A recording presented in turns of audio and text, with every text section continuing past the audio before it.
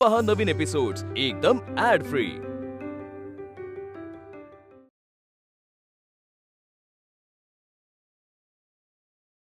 बळवंतराव, सारे खर्च समोर दिसत असताना म्हणजे शाळा, महाविद्यालय, केसरी, मराठा सारे आपल्याला कधी ना कधीतरी पगारवाढ करावी लागेलच, त्याला पर्याय नाही। तेच म्हणतोय मी। आणि हे बघा, मदत स्वीकारायची म्हणजे सरकार पुढे लोटांगण घालायचं असं नाही।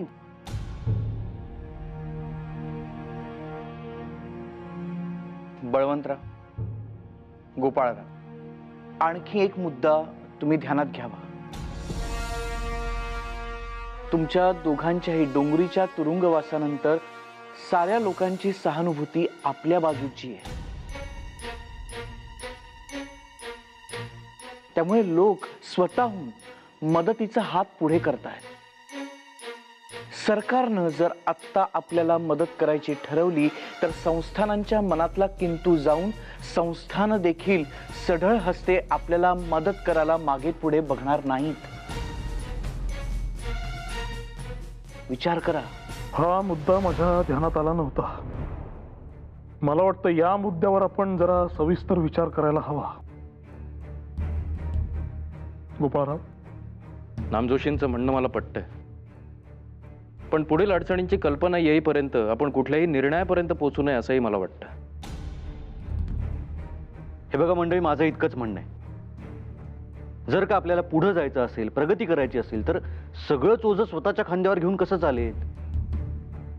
प्रगतीचा असा विचार करायला आपण काही व्यापारी नाही आपटे। नाही, व्यापारी मी थांबा थांबा थांबा, मग काय करावे म्हणता आकरकर? या चर्चेतून आपण कुठल्या निष्कर्षापर्यंत पोहोचू असं मला वाटत नाही। हे पहा, आता चार डोकी एकत्र येऊन काम करायची म्हटल्यावर मतमतांतरे ही आली। दुसरा काही पर्याय आहे का? या अशा चर्चेतूनच आपल्यात एकवाक्यता येईल। शाळा सुरू करताना, केसरी, मराठा सुरू करताना सुद्धा आपण एकत्र असं एकदिलानं काम केलं, खांद्याला खांदे लावून काम केलं, म्हणूनच इथवर आलो ना, होय की नाही? यापुढे असंच घडेल।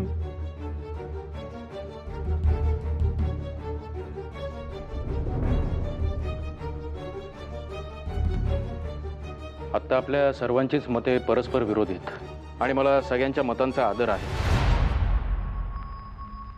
त्यामुळे मला असं वाटतं की आपण थोडा वेळ घेऊन शांत चित्ताने विचार करून आपलं मत लेखी कळवावं।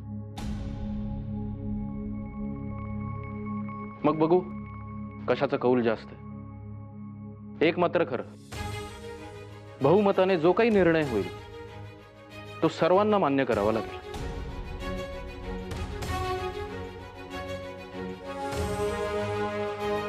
मान्य? ठीक आहे। नामजोशी, आपटे, मान्य। धन्यवाद।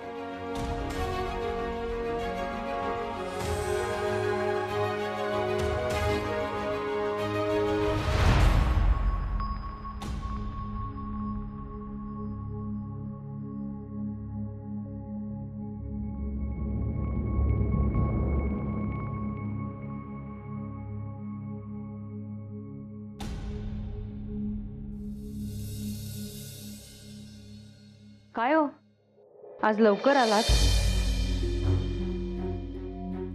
बरं वाटत नव्हतं म्हणून। तुमचं ना स्वतःच्या तब्येतीकडे काही लक्षच नाही बाई। मग तब्येत बिघडणार नाही तर काय? तुम्ही विश्रांती घ्या, मी तोवर भाताचं बघते। नाही, राहू दे जरा, मी थोडा वेळ शांत बसतो, मग बघू। काय हो,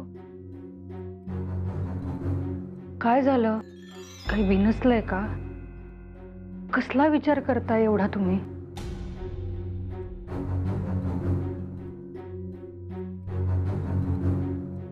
आपण ज्या लोकांबरोबर काम करतो ते आपले सहकारी किती भिन्न विचाराचे असू शकतात हे पाहून चकित झालोय मी। समजत नाही कोण आपलं आणि कोण परक। जी लोक आपल्याला आपली वाटतात ती तटस्थासारखी परक्यांप्रमाणे वागू लागतात। तुम्ही असं कोड्यात बोलायला लागलात ना की मला काही कळत नाही बाई। मला समजेल असं बोला ना। जाऊ दे, तुला नाही कळायचं। का नाही कळायचं? सांगा तर। मी समजून घ्यायचा प्रयत्न करते. माझ्या डोक्याला विचारांचा भुंगा काय कमी लागलाय? तुला कशाला त्रास देऊ? बरं बाई, नका सांगू. पण तुम्ही असे गप्प गप्प राहिलात ना, मला नाही चैन पडत हो. तुझं काय चाललंय? आणि मुलं कुठे आहेत? त्या काकू आल्यात ना, त्या मुलांना देवळात घेऊन गेल्यात. तुम्ही पडा थोडा वेळ, विश्रांती घ्या, मी भाताचं बघते. झोपून काही उपयोग नाही. ती काव्य मीमांसा लिहायला घेतली, ती पूर्ण करतो. अहो, तब्येत बरी नाहीये ना, मग कशाला लिहायची ती मीमांसा का फिमांसा? झोपणं म्हणजे वेळ वाया घालवणं.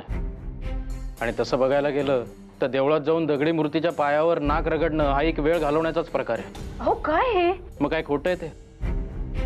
मला सांग, देव जर चराचरामध्ये असेल तर देवळात जाऊन दगडी मूर्तीवर पाय टेकवण्यात काय हाशील आहे? ते काही आपले विहित कर्म नाही. तुम्ही देवा धर्माच्या बाबतीत असं नका बोलू बाई.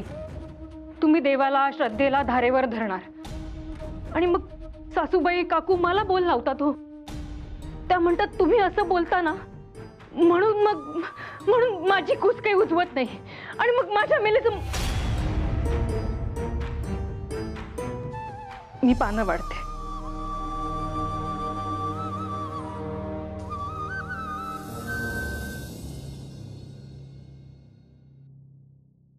बळवंतराव, आगरकरांचं वागणं तुम्हाला आजकाल जरा बदलल्यासारखं नाही वाटत? म्हणजे काय? तुम्हाला काय खटकलं नेमकं त्यांच्यात? अहो, जरा तोऱ्यातच असतात. आता हे होळकर वाड्याचं पण कोणाला काहीही कल्पना न देता परस्पर भेटून ठरवून आले. आता आज पण बघा ना, आपण तिघही साधारणपणे एकाच मताचे असताना यांचं काहीतरी वेगळंच चालू होतं. आपटे, अहो सगळ्यांची मतं सारखीच कशी असतील? तर त्यांनी जरी विरोधी मत दर्शवलं असलं तरी बहुमताचा मान ते राखतील असंही म्हणाले ना. मग या तोरा कुठे दिसतो तुम्हाला? बळवंतराव, तुम्ही म्हणजे भोळा सांबाचे अवतार आहात. अहो, इतकी साधी बाब तुमच्या कशी लक्षात येत नाहीये? कसली बाब? हे पहा, जे काही आहे ते केसरीमुळे आहे. आपण पत्र छापली केसरीमध्ये, लेख अग्रलेख छापले केसरीमध्ये. तुम्हाला शिक्षा झाली ती पण केसरीकार म्हणून, हो ना? स्पष्ट काय ते बोला आपटे. तुमचं म्हणणं काय आहे नेमकं? केसरीचे संपादक कोण आहेत? आगरकर. त्यामुळे कित्येक वेळा त्याचं श्रेय त्यांनाच जातं, हो की नाही?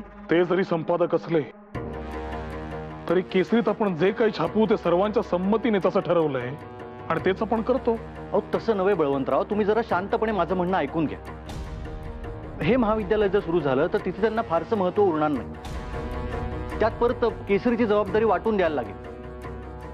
कदाचित हेच त्यांना करायचं नाहीये म्हणून ते महाविद्यालय चालू करायला अनुकूल नाहीये. हे काय बोलताय तुम्ही आपटे?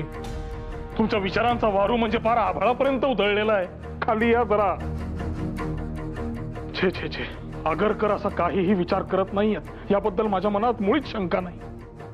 आणि कामाचेच म्हणाल तर ते कामास कधीही मागे हटत नाहीत. अहो नाही, ते आहेच. पण आता हल्ली ते सगळी आपली कामही गुपचूप आपापलीच करत असतात, कोणाला काही न सांगता. आता हे होळकर सरकारांकडे भेटायला गेले होते, ते आपल्याला सांगितलं होतं का? पुन्हा तेच. होळकर वाड्याच्या विषयातून तुम्ही बाहेर पडा बरं. बरं, जरी त्या विषयावर बोलायचं असेल तरी ते काही त्यांचे खासगी काम नव्हे, ते शाळेचंच काम. तसे त्यांनी काम झाल्यावर सांगितले. गोपाळराव तितके सुज्ञ आहेत असं मला वाटतं. तेच म्हणतोय मी. तसंही आपल्याला समजणार होतच ना, मग आधी कल्पना का नाही दिली? आता तुमचंच घ्या, तुम्ही गद्र्यांकडे कधी जात होतात, कधी येत होतात, सगळं सगळ्यांना माहिती होतं. मग त्यांना होळकरांबरोबर अशी स्वतंत्र सलगी कशाला वाढवायची होती? अहो, ती माझी पद्धत झाली, ही यांची. आले का लक्षात? तुम्ही त्यावर जरा जास्त विचार करताय. हे इतके महत्वाचे वाटतच नाही मुळी मला. अहो बळवंतराव, तुम्ही भोळे आहात की? आता त्या दिवशी मी विश्वनाथाबद्दल जरा प्रेमाने बोललो तर केवढे अंगावर आले. हे बघा, तुमचा विश्वास बसो अथवा न बसो, गोपाळरावांना ना मूल ना बाळ, मग ते कशाला पसारा वाढवतील? कुठलाही करता पुरुष प्रगती का करतो? आपल्या मुलाबाळांसाठी, पुढच्या पिढीसाठी. गोपाळरावांच्या बाबतीत ती शक्यताच नसल्यामुळे त्यांना हा पसारा वाढवायचा नसावा. आपटे, तुम्ही जरा विचार करून बोला. आले का लक्षात? बळवंतराव, माझं म्हणणं तुम्हाला आत्ता कळायचं नाही, वेळ आल्यावर कळेल. आपटे,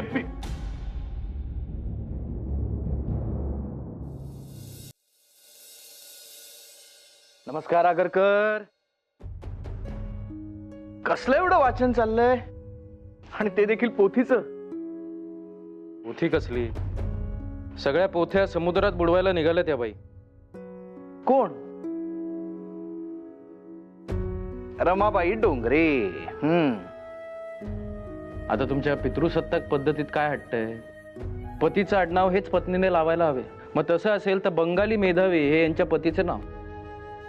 आता तुम्ही डोंगरे म्हणा, नाही तर बंगाली म्हणा, नाही तर मेधावी म्हणा, तुमच्यावर आहे. गोपाळराव, त्यांच्या पतींना म्हणजे मेधावींना लवकर देवाज्ञा झाली म्हणे, पण बाईंनी पती पश्चात आलवणात न जाता, केशवपन न करता त्या ठामपणे आणि खंबीरपणे उभ्या राहिल्या.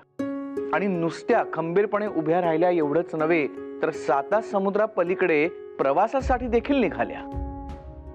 पण काय हो गोपाळराव, आपला धर्म समुद्र ओलांडणं नाकारतो, निषिद्ध मानतो, पण या बाई एकट्या दुकट्या त्यांनी हे असं धाडस करावं? खुळचट कल्पना आहेत या सगळ्या नामजोशी. अहो, मला सांगा, असं काय होतं समुद्र प्रवास केल्याने? कोकणातील स्त्रिया नाही नावेनं प्रवास करत? आपण स्वतःला या अशा रूढी परंपरांमध्ये ना अडकून घेतले, बाकी काही नाही. आणि म्हणूनच हे ब्रिटिश लोक 7 समुद्र पार आल्याने आपल्यावर राज्य करतात. गोपाळराव, फारच थेट बोलता बुवा तुम्ही. अहो, पिढ्यानपिढ्या सुरू असलेल्या परंपरा आहेत या, त्याला काही एक अर्थ असेलच की नाही? मग तसं असेल तर तर्कावर घासून त्याची चिकित्सा करा. आणि त्या तर्काच्या कसोटीवर जर त्या उभ्या राहत नसतील तर केवळ आमच्या आधीच्या पिढीनं त्या केल्यात म्हणून आम्ही कराव्या आणि आमच्या येणाऱ्या पिढीलाही त्या करायला लावाव्या, हे कितपत योग्य आहे? आगरकर, प्रत्येक गोष्टीत तर्क आणून कसा चालेल? आणावाच लागेल नामजोशी, आणावाच लागेल. उद्याचा प्रगत भारत जर आपल्याला नव्या जाणीवांसहित उभा करायचा असेल तर तर्कानेच वागायला हवं. ही बुरसटलेल्या विचारांची जळमट काढून टाकायला हवीत. त्याला खूप मोठा काळ जावा लागेल गोपाळराव. एका रात्रीत होणारं काम नाही ते. आणि काय हो, ऐकतो ते खरं का? रमाबाईंनी ख्रिस्ती धर्म स्वीकारला म्हणे. नाही म्हणजे सगळीकडून तशा बातम्या कानावर येत आहेत म्हणून विचारलो. कितपत तथ्य आहे त्यात? आता हे त्यांनी स्वतः येऊन इथं सांगितल्याशिवाय कसं कळेल? किंवा मग इंग्लंडच्या राणीनंच तसा जाहीरनामा काढायला हवा, नाही का? इंग्लंडची राणी कशाला काढते जाहीरनामा? तिच्या मागे काय एक काम आहे? काय हो आगरकर, तुमचं काय मत? अग्रलेख लिहिणार का यावर? लिहायला तर हवाच नामजोशी.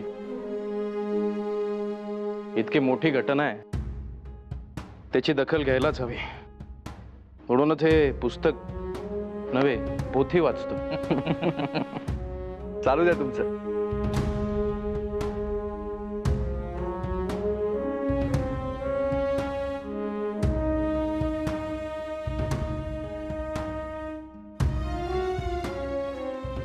तिने या पुस्तकात पुन्हा काढलेल्या उद्गाराप्रमाणे तिचे वर्तन अकलुषित राहून नुकत्याच उठलेल्या बातमीप्रमाणे ख्रिस्ती धर्म न पत्करता ती हिंदुस्थानात परत येऊ व तिच्या मूल संकल्पनाप्रमाणे काही मातृसेवा तिच्या हातून घडो. परंतु ही आमची इच्छा कितपत सफल होईल याची आम्हास बरीच शंका आहे.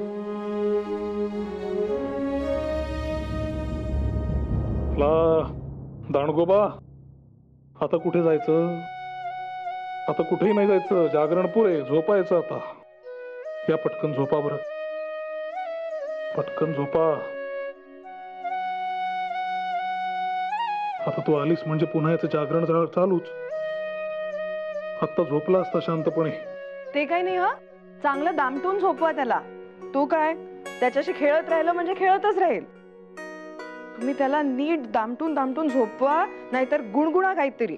म्हणजे मी गाणं गाऊ? अहो गाणं कुठे म्हटलं मी, काहीतरी गुणगुणा असं म्हणतीये. आई काय म्हणतीये? मला काही ते जमायचे नाही. मी गाणं गुणगुणलं तर रात्रभर असंच टक्क जागा राहील हा. जा इकडे जा, तू घे अंगाई घेऊन मी जाऊ त्याला. तुझी सवय आहे त्याला. काय सवय बिवय काही नाही हा. आणि काय हो, तुम्हाला इतक्या छोट्या मुलाला निजवता येत नाही? अरे ते काही नाही, तुम्ही गुणगुणा, जोजवा, काय हवं ते करा, पण झोपवा त्याला. आता मला अजून कृष्णेला निजवायचे, मी तिला बघून आले. कृष्णा, ए कृष्णा. पाहिलेत का? तुमची आई म्हणजे कडक पंतोबा आहे, पंतोबा. आता झोपला नाही तर ती ओरडेल. कुणाला? तुला नव्हे, मला. ऐकताय का? गुणगुणायचा प्रयत्न आपला.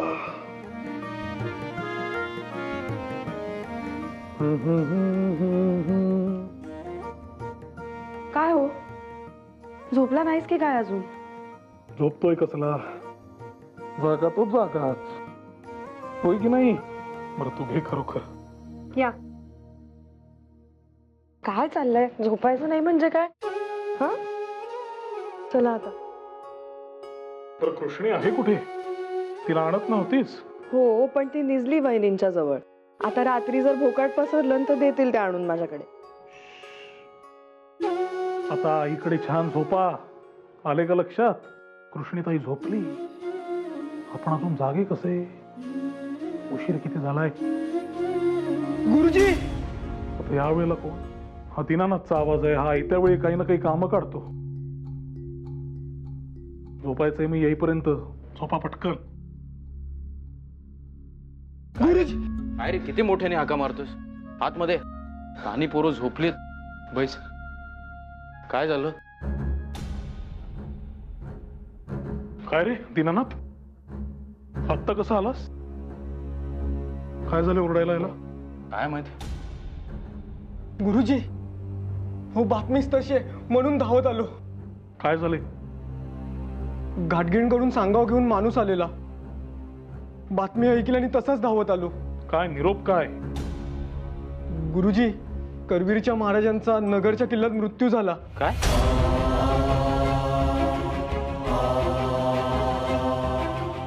त्यांनी पत्र दिले. गुरुजी, ही बातमी सगळ्यांना कळवायला हवी ना?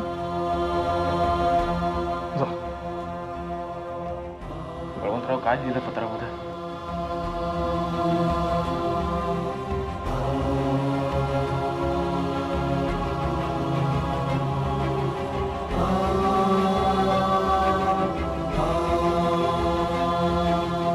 परमेश्वरा, ज्याची भीती होती तेच झाले. नगरच्या किल्ल्यात छत्रपतींचा मृत्यू, तोही हा असा. एका आईला न्याय मिळवून देण्यात आपण असमर्थ ठरलो. न्याय पण मिळाला नाही आणि अंतही असा झाला. बळवंतराव, मला राहून राहून राधाबाई साहेबांच्या मनस्थितीचा विचार. आपण भेटायला जायचं का त्यांना? छे छे छे. त्यांना त्यांच्या पुत्राला भेटता येत नव्हते तेव्हाच त्यांची कशी तडफड झाली होती तुम्ही पाहिलेत ना. आता तर छत्रपती अनंताच्या प्रवासाला निघालेत. कोणत्या तोंडाने सामोरे जायचे त्यांना? माझ्यात तरी हिंमत नाही बुवा. बळवंतराव, याबाबत आपण वृत्तपत्रामध्ये लिहूया. महाराजांचा मृत्यू कसा झाला हे सामान्य जनतेलाही समजायला हवं.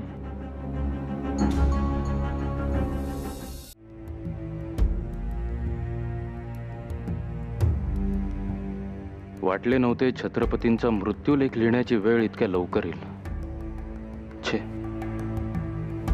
त्यांच्यासाठी केलेला संघर्ष व्यर्थच ठरला म्हणायचा. एका मातब्बर संस्थानाच्या गादीचा वारस असा काळ कोठडीमध्ये अखेरच्या घटका मोजतोय, याहून दुसरे दुःख कोणते?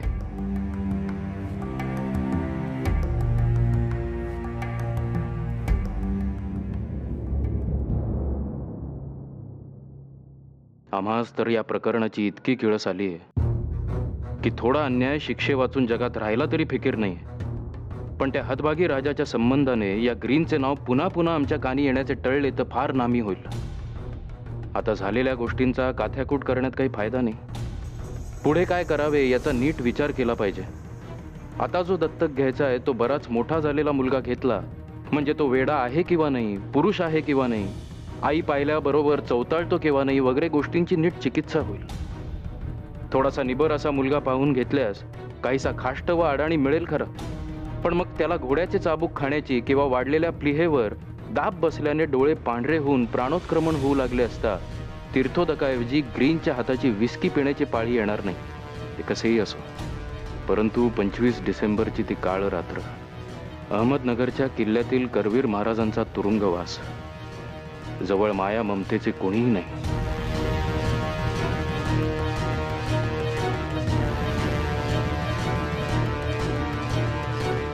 अशा स्थितीत निराशेने बेफाम झालेल्या अर्धवेड्या महाराजांचा संताप व त्यांचा ग्रीन सारख्या अडदाण सोजिऱ्याशी मारामारीचा प्रसंग हा सर्व देखावा डोळ्यांपुढे आणला असता मन अजूनही कावरे बावरे व उदास होऊन जाते. व महाराजांना निष्ठुरतेने वागवण्यात चांगुलपणाचे सोंग घेत जो दुराग्रह मुंबई सरकारने दाखवला तो लक्षात घेत the way to hell is paved with good intentions, म्हणजे नरकाकडे घेऊन जाणारा रस्ता चांगल्या हेतूंच्या फरशांनीच बांधून काढलेला असतो, ही इंग्रजी म्हण खरी आहे असे वाटू लागले.